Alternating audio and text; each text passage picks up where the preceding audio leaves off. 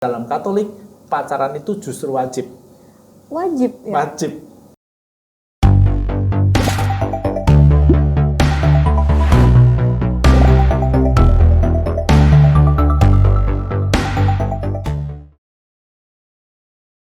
Halo teman-teman, berjumpa lagi dengan saya Gita Arini Prastio di Ruang Jumpa. Hari ini kita akan membahas mengenai pernikahan beda agama yang sedang marak diperbincangkan oleh anak-anak muda. Kali ini kita kedatangan tamu spesial yang sudah tidak asing lagi di bidang pengamat pernikahan di gereja, yakni Romo Andang Dinawan. Selamat datang Romo. Terima kasih. Salam untuk teman-teman semuanya dimanapun Anda berada. Oke Romo, kali ini saya ingin bertanya mengenai pernikahan beda agama di agama Katolik. Apakah di agama Katolik itu diperbolehkan? Kata diperbolehkan itu harus ditafsirkan begini. Idealnya itu tidak idealnya, karena dalam kenyataan kan memang perkawinan itu adalah persatuan dua pribadi yang menuju pada satu tujuan, ya kan? Nah, setiap agama mempunyai nilai tersendiri terkait dengan tujuan perkawinan, tapi juga kedudukan laki-laki dan perempuan yang menjadi suami istri. Nah, ketika atau kalau nilainya berbeda, lalu sebenarnya sulit kan? Apalagi di dalam kehidupan sehari-hari, kita tahu bahwa agama itu mempunyai sifat yang namanya truth claim. Semua benar, ya kan? Sehingga ketika semua benar, teoritis tidak bisa dikompromikan. Padahal perkawinan itu salah satu kata kuncinya adalah adalah kompromi, bukan? Betul. Nah, karena itu idealnya tidak. Tapi mengingat bahwa satu, secara sosiologis sekarang masyarakat itu begitu beragam, tapi juga secara teologis gereja Katolik menghargai dan menghormati agama-agama lain dan tidak memaksakan untuk pindah menjadi Katolik, maka gereja Katolik memberikan kemungkinan yang diberi nama dispensasi untuk menikah beda agama. Nah, dalam konteks gereja Katolik memang dibedakan antara menikah beda gereja dengan beda agama. Beda gereja itu sesama Kristen tetapi dari gereja yang berbeda-beda. Tapi kalau beda agama adalah yang bukan Kristen. Islam, Hindu, Buddha, masuk ateis, Konghucu, itu beda agama. Seperti itu. Lalu kalau untuk dinikahkannya, Ya. itu berarti di mana?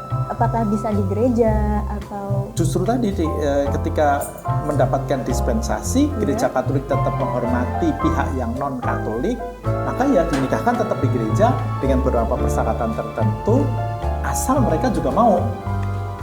Asal mereka juga mau. Yang pihak non-Katolik juga mau mengikuti tata cara gereja Katolik tanpa harus mengimani ajaran-ajaran yang lebih umum. Iya. Tetapi terkait dengan perkawinannya, diharapkan setidak-tidaknya pihak non-Katolik tahu apa yang diperjuangkan oleh pihak yang Katolik. Supaya tahu dong arahnya kemana gitu kan. Iya, gitu. betul. Untuk di Alkitab sendiri ya Romo, apakah ada? Nah, zaman dulu kan belum ada agama. Oh, iya. Yesus kan juga nggak punya agama kan zaman itu. Iya, betul. Dalam konteks itu, pegangan pertama tidak di dalam Alkitab. Karena di dalam Alkitab kan sebenarnya perkawinan adalah dalam arti tertentu penyerahan seseorang menjadi tanda cinta Tuhan kepada yang lain. Pada konteks pada waktu itu ya memang masih homogen. Jadi memang belum ada aturan yang terlalu ketat. Dan memang di dalam tradisi Kristiani terutama Katolik, Alkitab itu bukan kalimat hukum. Bukan yang ditafsirkan kata per kata, melainkan ada spirit yang harus ditafsirkan. Nah, ditafsirkan melalui ajaran gereja dan ajaran gereja diterjemahkan lagi menjadi hukum. Jadi sudah ada level yang berbeda dalam konteks itu. Berarti sudah ada hukumnya di agama Katolik. Ada hukumnya, tapi tidak langsung mengambil dari Alkitab. Itu bedanya Katolik dengan Kristiani yang lain ya. Oh, iya. Karena mungkin di Kristen lain nggak ada hukumnya. Lalu sangat tergantung pada gereja-gerejanya masing-masing, gitu, pendetanya masing-masing, yang ada yang mengizinkan, ada yang tidak. Tapi kalau Katolik aturannya seluruh dunia sama. Satu dunia sama. Ya, untuk Katolik ya. Gitu. Oh, seperti itu. Lalu untuk administrasinya tuh gimana ya, Romo? Sebenarnya sama dengan perkawinan yang lain, cuma memang begini. Kalau administrasinya adalah, kalau Katolik mau menikah, beda agama kan? Ya tentu saja sama. Mendaftarkan di parokinya masing-masing, lalu ikut persiapan perkawinan, lalu baru ada semacam penyelidikan oleh pastor, di mana orang Katolik itu menjadi anggotanya. Paling pertama adalah untuk melihat ada halangan apa enggak. Nah, kalau ternyata beda agama, baru nanti dalam arti tertentu dimintakan dispensasi. Yang meminta dispensasi bukan pihak yang mau menikah, tapi pastornya yang menyelidiki. Tapi dengan beberapa persyaratan yang memang seperti mendatangkan 2 saksi bahwa pihak non-Katolik belum pernah menikah. Karena di Katolik itu kan menikah itu hanya sekali sebenarnya. Iya. Nah, jadi kalau pernah menikah, lalu ada proses lain lagi. Oh, jadi ada proses lainnya lagi Kalau sudah pernah menikah. Ya. Karena gereja Katolik itu hanya mengakui perkawinannya, tapi tidak mengakui perceraiannya. Jadi kalau misalnya seorang muslim atau muslimah pernah menikah secara Islam, kemudian bercerai, diceraikan oleh KUA, lalu bertemu seorang perempuan Katolik, kalau dia laki-laki, perempuan Katolik, dan perempuan Katolik ini belum pernah menikah. Nah, gereja Katolik mengakui perkawinan KUA tadi, tapi tidak mengakui perceraiannya. Jadi harus ada proses lain, karena di dalam Katolik yang diakui bukan perceraian, tapi yang namanya pembatalan. Pembatalan itu adalah melihat proses pada waktu kenalan dan motivasi menikah dan segala macam, bukan pada hasil akhirnya. Jadi itu ada prosesnya lain lagi. Oh, seperti itu. Ya. Lalu bagaimana kalau semisal yang Katolik ini sudah pernah menikah? Nah, kalau yang Katolik yang pernah menikah pun harus melalui proses yang namanya proses pembatalan. Dan itu mudah? Sulit. Sulit. Kalau mudah banyak yang bercerai nanti. Enggak, justru bedanya di sini. Bedanya adalah perceraian dan pembatalan itu. Perceraian itu adalah kasus-kasus terakhir yang membuat orang tidak bisa bersatu lagi. Maka ada pengadilannya. Tapi kalau pembatalan beda lagi. Seperti kalau orang nonton sepak bola, ada gol, tapi dianulir. Berarti apa? Ada syarat-syarat gol itu tidak bisa diakui karena misalnya offside, ya kan? Nah, lalu dinilai sejauh mana dulu waktu menikah itu sebenarnya misalnya menikahnya terpaksa, lalu menikahnya karena ketakutan, atau ada hal-hal lain yang harus diselidiki oleh gereja kalau memang ternyata bisa dibatalkan. Itu prosesnya jadi lama. Seperti itu. Ya, itu kalau pernah menikah gitu kalau kan. Yang sudah pernah menikah. Nah, kalau yang belum pernah menikah ya sama tadi, ada proses ketemu pastor paroki, nanti dipanggil, lalu ada ikut pelajaran, bukan pelajaran agama ya, tapi pelajaran untuk mengikuti apa itu pandangan gereja Katolik tentang perkawinan. Ya kan, supaya setidak-tidaknya pihak non-Katolik tahu bahwa apa yang diperjuangkan oleh pihak Katolik, ya kan. Lalu sesudah itu nanti pastornya mengajukan namanya dispensasi, dan kalau itu nanti sudah keluar, lalu bisa proses menikah di gereja sama. Di gereja dengan ibadah yang tentu saja menurut tata cara gereja Katolik, gitu kan. Seperti itu. Saya juga baru tahu ya. Saat ini apakah anak muda zaman sekarang itu banyak yang nikah beda agama? Sebenarnya begini, kita melihat seluruh proses sosiologi. Satu, masyarakatnya makin beragam, ya kan? Yang kedua, media sosial. Iya, betul. Kalau dulu mungkin orang yang ketemu orang-orang sekitarnya, ya kan? Tapi sekarang dengan media sosial orang bisa ketemu dengan manusia dari seluruh penjuru dunia kan? Nah, berarti kemungkinan untuk berjumpa dengan mereka yang tidak seagama atau seiman jadi sudah makin tinggi kan? Iya, gitu. Betul sih. Betul juga, Romo. Gitu. Saya setuju sih. Apalagi sekarang tuh anak muda sekarang tuh pemikirannya makin maju gitu loh. Nggak yang kayak kalau bukan yang sesama agama kayak nggak boleh nikah kayak gitu.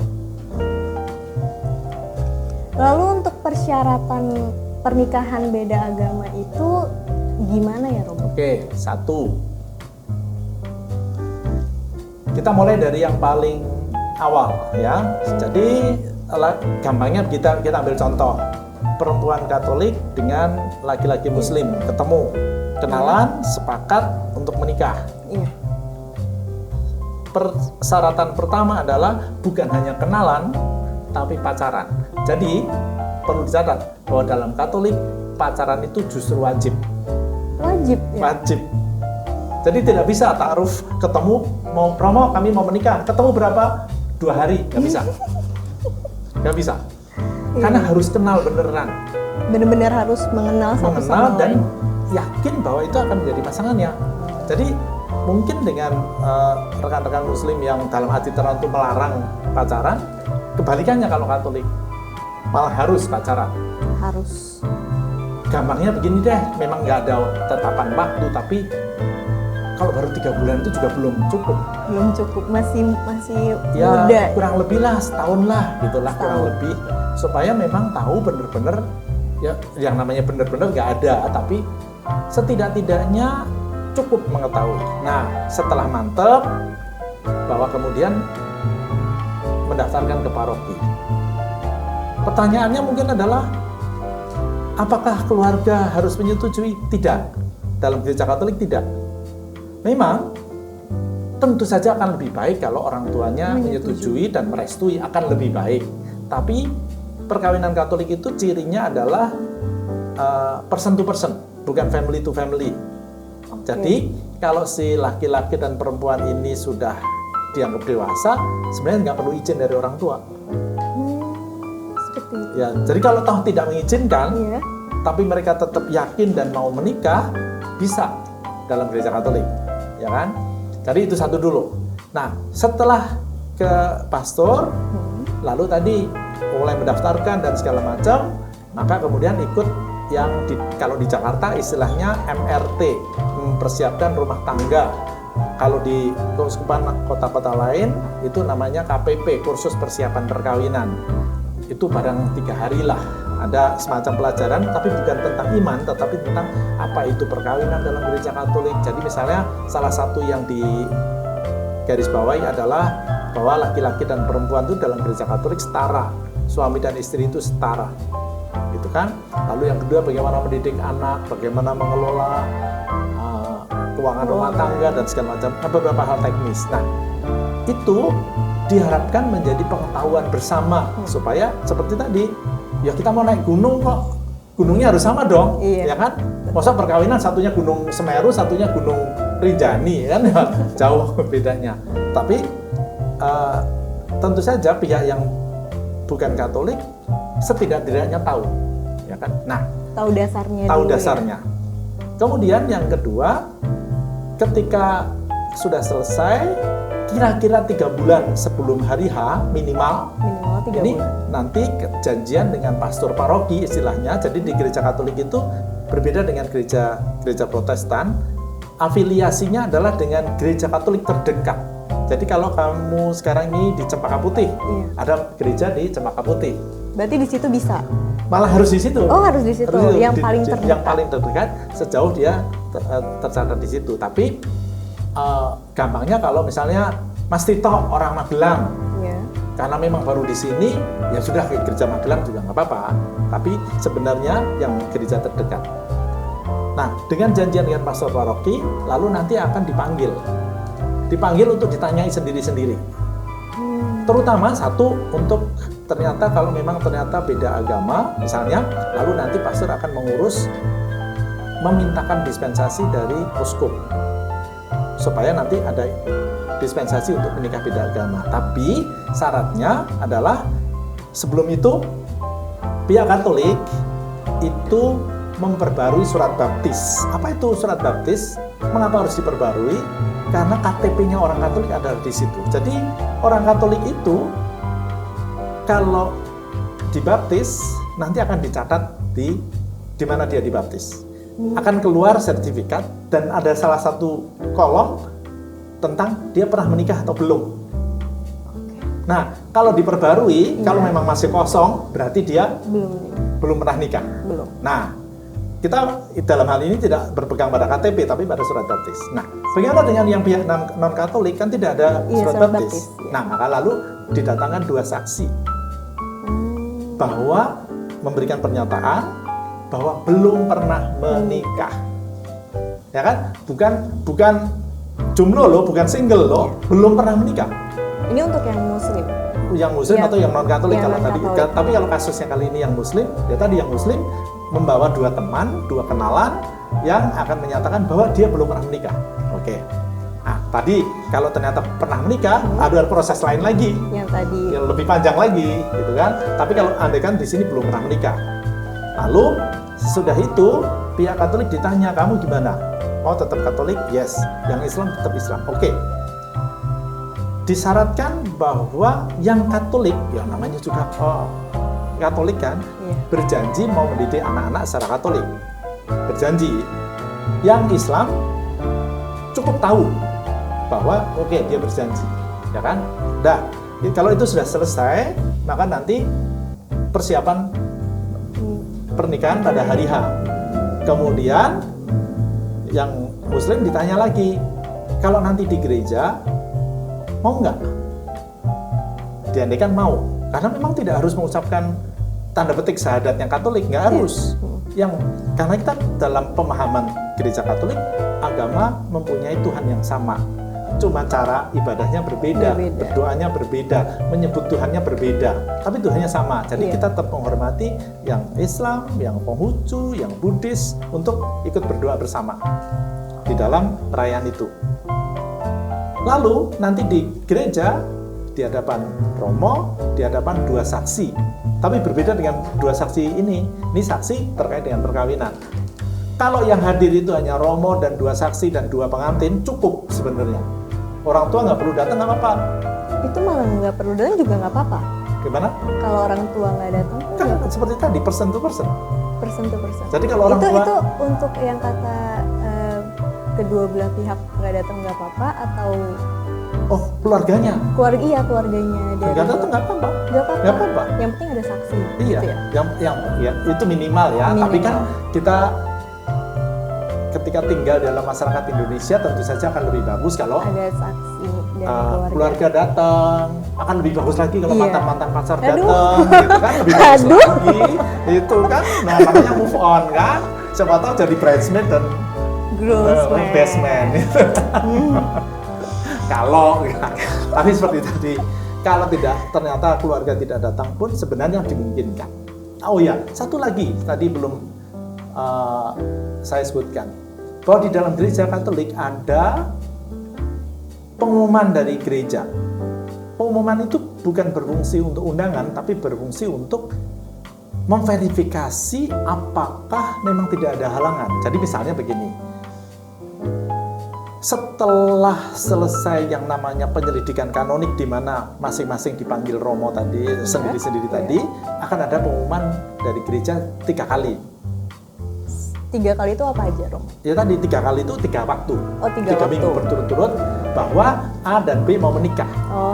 Itu untuk lalu umat dikatakan begini, barang siapa tahu halangannya harap memberitahu pastor paroki.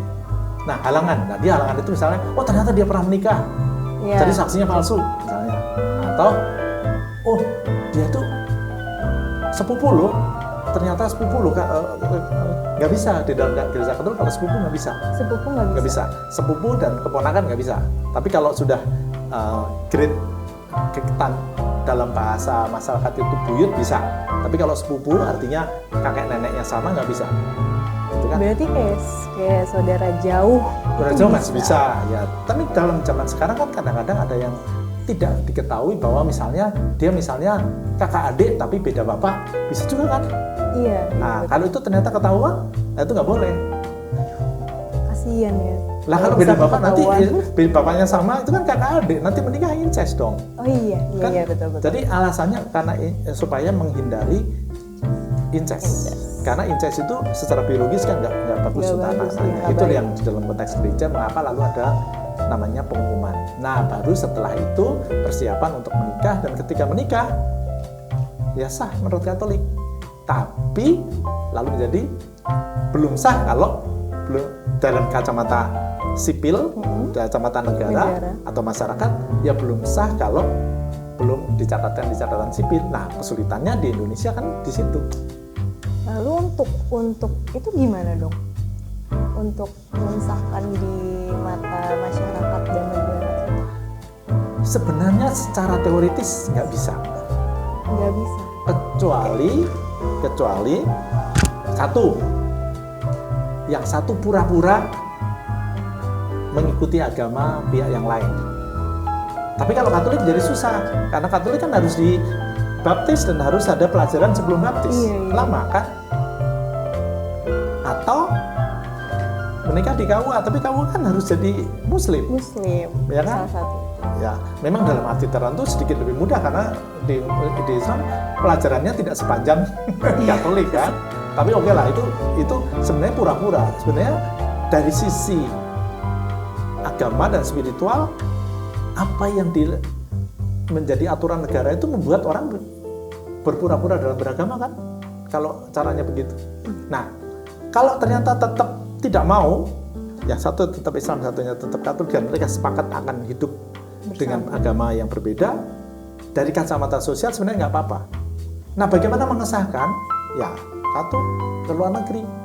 Itu yang biasanya Iya, saya terjadi. tahu. Atau sebenarnya ada cara ketika mereka meminta penetapan oleh pengadilan. Penetapan dari pengadilan. Dari pengadilan. Lalu penetapan bahwa mereka boleh menikah di catatan sipil. Meskipun Muslim harus di KUA, tapi dengan penetapan pengadilan, maka dia bisa sebenarnya. Tapi tergantung hakimnya. Ya kan? Nah, itulah problematik di Indonesia. Begitu. Berarti kayak masih sulit ya untuk yang di negara itu, untuk mengesahkan di negara di sipil. Iya. Susah. Lalu kalau semisal yang kata untuk yang semisal ya Romo, tadi nikahnya bukan di gereja tapi di KUA, itu apakah tetap sah di Katolik? Di Katolik tidak sah. Itu tidak sah. Tidak sah. Kecuali ada beberapa prosedur, tapi masalahnya keberatannya adalah karena dia mengucapkan syahadat untuk menjadi Muslim kan. Iya. Nah, itu kesulitan dari setiap agama kan, loh dia udah pindah agama jadinya. Iya. Itu kan di situ. Ya kan, meskipun kalau sedikit berbeda dengan Islam, Katolik itu lebih mengakui yang ada di dalam hatinya, sehingga apa yang mungkin diucapkan sebagai formalitas ya nanti bisa dicoba kita nilai kembali. Seperti tadi kan, kalau dia bisa saja dia berjanji untuk menikah tapi dengan seorang perempuan atau seorang laki-laki di depannya, tapi kepalanya di perempuan atau laki-laki yang lain, bisa saja kan. Waduh. Nah, jadi itu kan penipuan. Iya, Nah, penipuan. pada dalam gereja Katolik itu bisa dibatalkan kalau memang ternyata apa yang dia katakan dengan di hatinya berbeda, karena di dalam Katolik yang lebih utama yang di hatinya, bukan yang diucapkan. Tapi di Islam, di beberapa aliran kan justru yang terucap itulah yang lebih utama daripada yang di hati. Nah, ini ada perbedaan konsep terkait dengan gampangnya dalam konteks pengucapan syahadat. Kalau ini, kalau semisal mereka nikah di gereja maupun di KUA, itu gimana Bang? Sebenarnya di aturan hukum sipil juga tidak mungkin. Itu tidak mungkin. Ya begini, sebenarnya secara sosiologis mungkin saja, secara sosiologis, tetapi dari sisi agama sebenarnya nggak perlu. Gitu. Jadi rata-rata ya lalu mencari jalan yang seperti tadi terjadi. Tapi kita tahu pun bahwa di dalam Islam misalnya kan ada dua aliran terkait dengan perkawinan. Yang pertama adalah aliran KUA, di mana pihak Islam dengan Islam, harus Islam. Tapi ada juga yang mempunyai paham bahwa pihak Islam bisa menikah dengan non-Islam kan? Iya. Ada juga. Nah, ada juga. tapi yang tidak diakui oleh KUA, sehingga dalam arti tertentu siri. Nikah siri. Ya kan? Dalam arti tertentu siri. Maka dicatatkannya di mana? Ya tadi tetap ada kesulitan sebenarnya.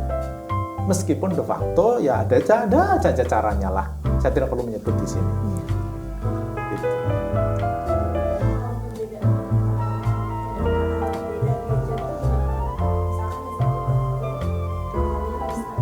Yang satu Sebenarnya Protestan. kurang lebih kalau yang berbeda gereja kurang lebih sama sebenarnya, cuma di catatan sipil relatif lebih mudah, kecuali kalau petugas catatan sipilnya terlalu strict, karena sebenarnya banyak yang mengatakan udahlah Katolik sama Kristen sama, udah lolos saja. Ya, kasihan Romonya. Ya.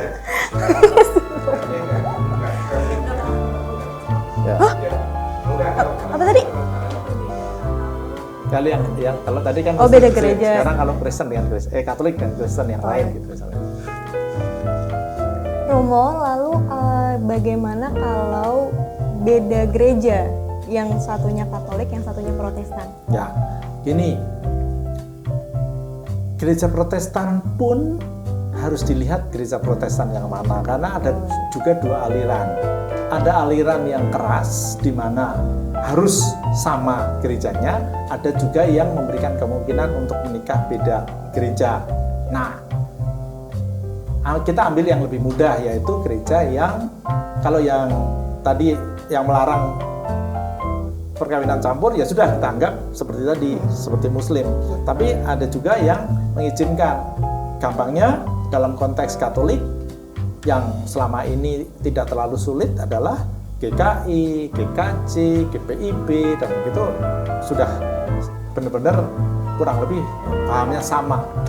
Tapi misalnya GBI itu pun tergantung beritanya, gitu kan? Oke, ya Gitu kan? Nah, lalu katakanlah bahwa mereka mau menikah, yes. Jadi diperlakukannya sama, persis sama prosedurnya dengan gereja Katolik, dengan yang Muslim tadi.